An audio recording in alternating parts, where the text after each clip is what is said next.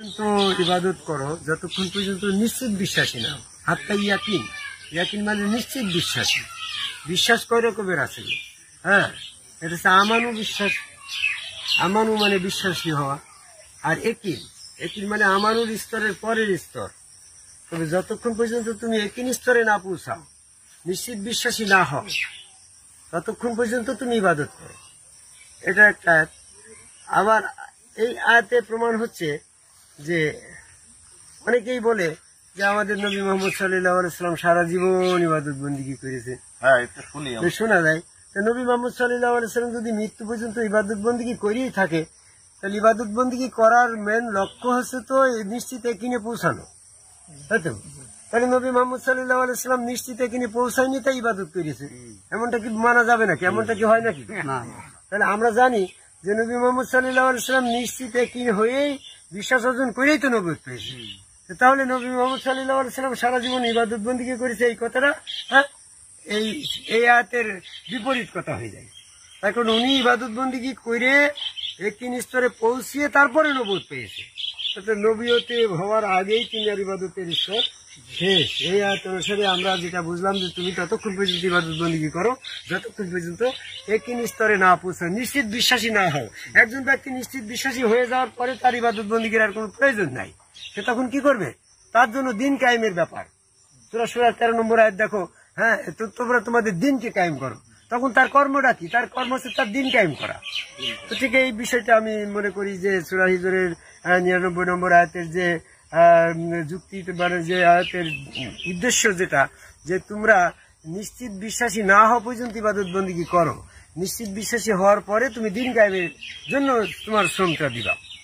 তো সেক্ষেত্রে নবী মুহাম্মদ সাল্লাল্লাহু আলাইহি ওয়াসাল্লাম তার জীবদ্দশায় দিন কায়েমে ব্যস্ত ছিল, তিনি ইবাদত বন্দেগী করায় ব্যস্ত ছিলেন না।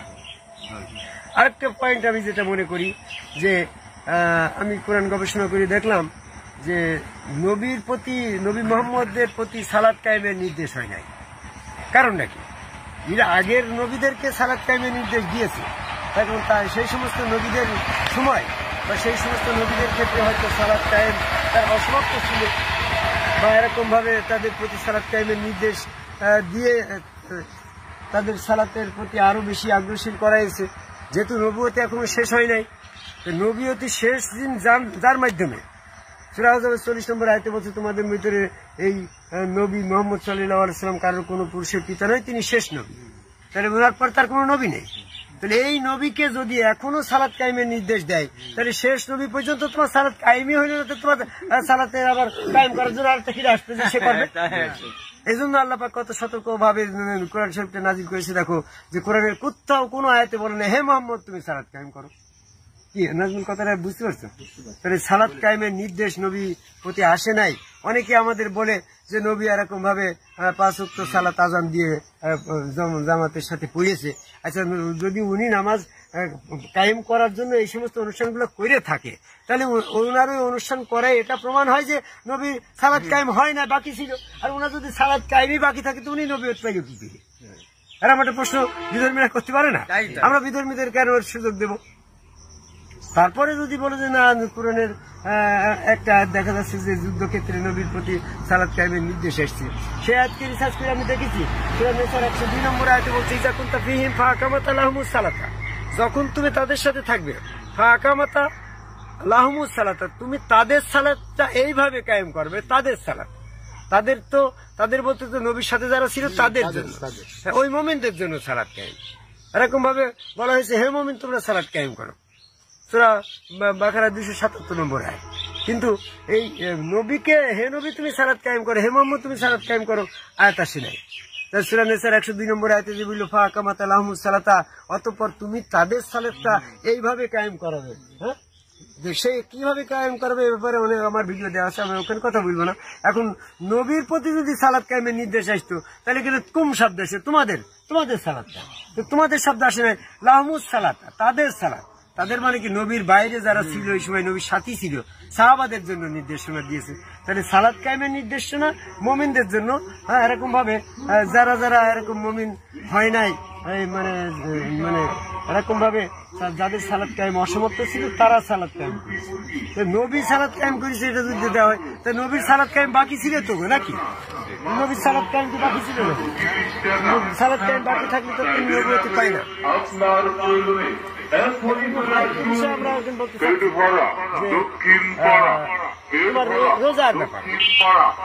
রোজার ব্যাপারে যে কথাগুলো আসছে যে হে মুমিন তোমরা সালাত রোজা সিয়াম পালন করো যাতে তোমরা মুত্তাকি হতে পারো। সূরা বাকারা ৮৩ নম্বর আয়াত। নবী যদি এরকম রোজা করে থাকে তাহলে উনি তো মুত্তাকি হয় না, এটা প্রমাণ। মুত্তাকি হওয়ার জন্য তিনি রোজা করছেন, এই জন্য তিনি তো মুত্তাকি না হয়ে নবুয়ত কি করে হইল? হ্যাঁ, কাজেই আমরা যেটা নবী সম্পর্কে যা কিছু বলতে চাচ্ছি দেখা যাচ্ছে যে উনার জীবদ্দশায় উনি ইবাদত বন্দেগীতে ব্যস্ত ছিল না, এরকম ৫ ওয়াক্ত নামাজ পড়া নিয়েও ব্যস্ত ছিল না, এরকম ভাবে রোজা করা নিয়েও ব্যস্ত ছিল না। উনি ব্যস্ত ছিল দিন কায়েমের জন্য। দিন কি? দিন মানে ধর্ম। ধর্ম কি? ধর্ম মানে এই ইবলিসের ধর্ম একটা আর মুমিনের ধর্ম একটা। ইবলিসের ধর্ম ওটা কি? ধর্ম সবারই আছে। আগো ইবলিসের ধর্মটাকে আমরা অধর্ম বলছি আর মুমিনের ধর্মটাকে আমরা ধর্ম বলছি। তা আমরা ধর্ম, নবী ধর্ম কায়েম করলো, দিন কায়েম করলো, কার ধর্ম? ইবলিসের ধর্ম না নবী মুমিনের ধর্ম? মুমিনের ধর্ম। ইবলিসের ধর্মের বিপরীতটা মুমিনের ধর্ম। ইবলিসের ধর্মটা কি? আদম কবে সেজদা না করা। আদম কবে সেজদা না করা এইটা হচ্ছে ইবলিসের ধর্ম, আর আদম কবে সেজদা করাটা হচ্ছে মুমিনের ধর্ম। মুমিনের ধর্ম আদম কবে সেজদা করার ধর্মটাকে প্রতিষ্ঠিত করার জন্য তিনি মক্কা ছেড়ে মদিনায় গেছে। কারণ যখনই তিনি এরকম ভাবে এই সেজদা ভক্তির আমলের পরে মানুষকে সালাতের জন্য ডাকলো, তখনই তারা বুঝলো যে মানুষকে সেজদা করা যাবে না। কম কি সালাত নিয়ে এসেছিল তো এই সেজদা বা এই সালাতে তো মেনে নেওয়া যাবে না। তখনই মুমিন মানে কাফেরদের সাথে তার একটা যুদ্ধ বেঁধে মক্কায় ছেড়ে তার মদিনায় যেতে হবে। এখন যদি ওখানে দেখা যায়, আরেকটা কথা বলি, যদি আমরা যে কলেমার দাওয়াত দিচ্ছি এই কলেমায় যদি কলেমা হইতো তাহলে তো নবীকে আরো ভালো মতো করে তারা মানে মহব্বত করে মক্কায় আরো জায়গা দিত। হাগো এই যে কাজটা তাদের বিপরীত পছন্দ না, ওই আদম সেজদা, সেই কাজটা যখন করতে বললো তখনই তার বিরোধী হয়ে যাচ্ছে। আজকেও সমাজে কিন্তু তোমরা যে আদম সেজদারা বাদ দাও তার চরমনে কোটি কোটি লোক, ৮৮ কোটি কোটি লোক, এরকম ভাবে লাখ লাখ লোক চলে যাচ্ছে তোমার তাবলীগকে কোটি কোটি। তাহলে আমরা যদি এইটুকু বাদ দিই তাহলে আমাদেরই তো কোটি কোটি হইতো, তা আমাদের তো তা হচ্ছে না। তাহলে এই ধর্ম বলতে আদম কবে সেজদার পক্ষে থেকে যে দিন সেইটা প্রতিষ্ঠিত করা, আর অধর্ম বলতে আদম কবে সেজদার বিপরীত বিরোধিতা করা। যারা যারা আজকে আদম কবে সেজদার পক্ষে আছে এরা নবীর পক্ষে আছে, আর যারা যারা আদম কবে সেজদার বিপক্ষে তাবলীগ করে বেড়াচ্ছে তারা ইবলিসের দিন কায়েম করছে। তা আমরা দিন কায়েমের আমাদের প্রতি একটা হুকুম আসছে কোনটা? যাদের সালাত কায়েম হয়ে গেছে, যাদের এরকম যারা মুত্তাকি হয়ে গেছো, যারা নবীর প্রেমিক হয়ে গেছো, তাদের জন্য তোমার এই আদম সেজদার দিনটা কায়েম করার জন্য তোমাকে সর্বস্বার্থ নিয়োগ করে দিন কায়েমের জন্য আল্লাহকে সাহায্য করতে হবে। আল্লাহ বলছে তুমি আমাকে সাহায্য করো, আমি তোমাকে সাহায্য করবো। সূরা মুহাম্মদের ৭ নম্বর আয়াত। তো সাহায্যটা আমরা কিভাবে করবো? সাহায্য করব যে কাজের করার ব্যাপারে ইবলিসকে করাই নিতে পারে নাই, আল্লাহ পাক ইবলিসকে বলে তুমি সেজদা করো। অনেকে বলে হেদায়েতের মালিক আল্লাহ, আরে হেদায়েতের মালিক যদি আল্লাহ হবে তাহলে এখানে ইবলিস কেন হেদায়েত হইল না? আর ইবলিসের হেদায়েত করার ক্ষমতা যদি আল্লাহর হাতে থাকার পর যদি তাকে হেদায়েত না করতো তাহলে ইবলিস বলবে আমার ইচ্ছা করিনি, আমার হেদায়েত হয়নি, দোষটাকে আমার না, দোষটা তো আল্লাহর ঘাড়ে চলে যাবে। কাজেই হেদায়েত আল্লাহ করবে, কাকে করবে? যে ইচ্ছা করবে হেদায়েতের জন্য তাকে আল্লাহ হেদায়েত করবে। আল্লাহ হেদায়েত করায়, কিন্তু ইচ্ছা শক্তিটা তো তোমার। তাহলে যে মানুষের হেদায়েতের দিকে ইচ্ছা পোষণ করার ব্যাপারে এটা তার ব্যক্তি স্বাধীনতা। এই ব্যাপারে তোমার কাছে সাহায্য চাচ্ছে যে তুমি আমাকে সাহায্য করো, কারণ ইবলিস তো আদম সেজদা করছে না, তুমি আমাকে আদম সেজদা করার ব্যাপারে মানুষকে একটু বুঝাই সুঝাই রাসেল তুমি এগুলো একটু সাহায্য করো, আমি তো আর পারছি না। আল্লাহ পাকে এরকম তোমাকে সাহায্য চাচ্ছে, যে কাজ আল্লাহ পারে না সেটাই তো সাহায্য চাই গোটা। তাহলে পারে না কোন কাজ? আল্লাহ পৃথিবীতে এমন কোন কাজ আছে নাকি যে পারে না? আল্লাহ পারে না ইবলিসের সাথে। হ্যাঁ, ওই ইবলিসকে বলা হইলো আদম কবে সেজদা করো, ইবলিস করলো না, ইবলিসের সাথে আল্লাহ পাইল না। এখন আদম কবে সেজদা করার কথা তুমি বুঝছো, তোমার কথা কেউ শুনছে না। আল্লাহ বলছে কোরআনে আয়াত দেওয়ার পর ওরা গোপন রেখেছে, আল্লাহর কথা সে শুনছে না।